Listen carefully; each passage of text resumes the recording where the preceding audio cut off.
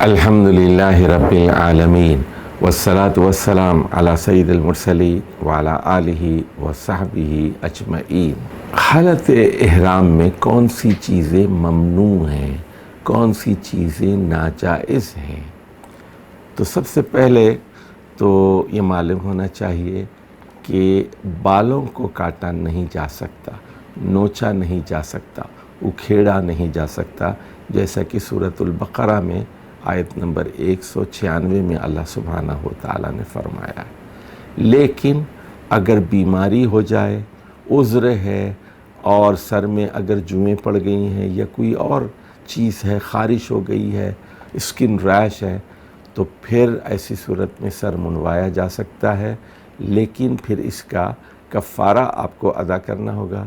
یا تو 3 دن کے روزے رکھیں، یا 3 سا غلہ آپ خیرات کریں، یا 6 مسکینوں کو کھانا کھلائیں، یا پھر 1 جانور ذبح کریں، جیسا کہ صحیح بخاری کی حدیث نمبر 1815 میں بیان ہوا۔ بالوں کی طرح ناخن کاٹنا بھی جائز نہیں ہے۔ اسی طرح احرام کی حالت میں سلا ہوا کپڑا پہننا جائز نہیں ہے، اور اسی طرح دستانے، جراب اور موزے پہننا بھی جائز نہیں ہے۔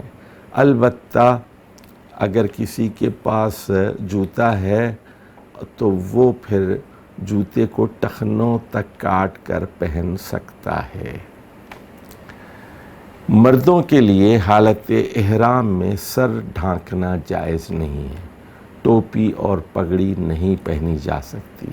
البتہ عورتوں کے لیے سر ڈھانکنا ضروری ہے غیر محرموں کے سامنے، لیکن وہ بھی اپنا سر اپنے ہوٹل میں، اپنے کمرے میں، اپنی قیام گاہ پر کھول سکتی ہیں جہاں صرف محرم رشتہ دار ہوں۔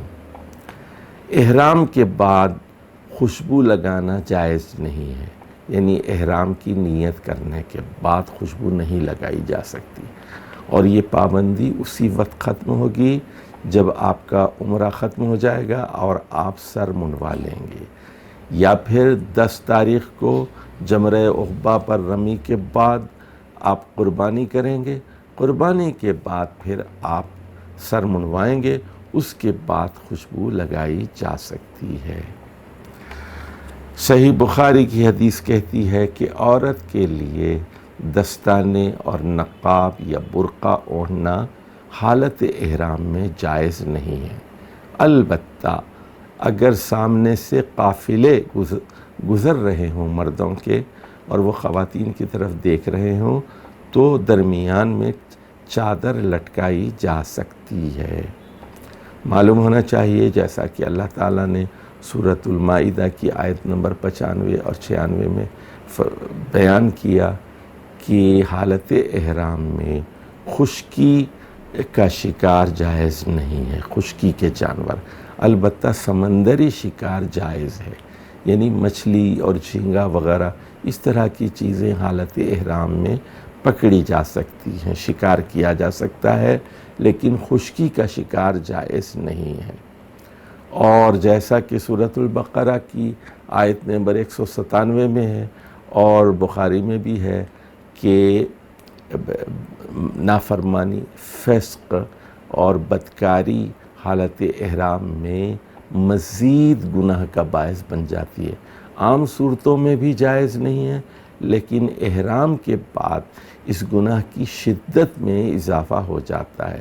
اسی طرح فلا رفث ولا فسوق ولا جدال فی الحج، لڑائی جھگڑا ویسے بھی نہیں کرنا چاہیے، لیکن خاص طور پر اس کی حرمت حالت احرام میں بڑھ جاتی ہے، جیسے کہ اللہ تعالیٰ نے فرمایا۔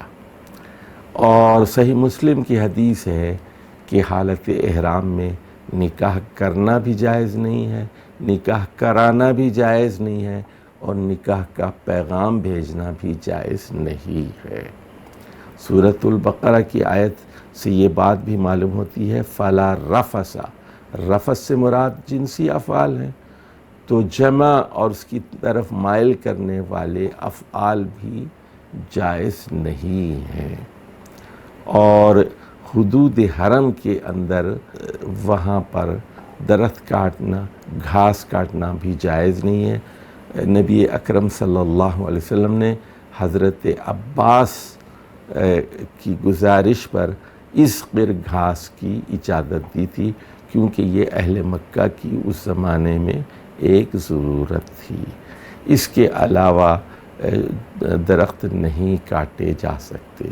والسلام علیکم ورحمۃ اللہ وبرکاتہ۔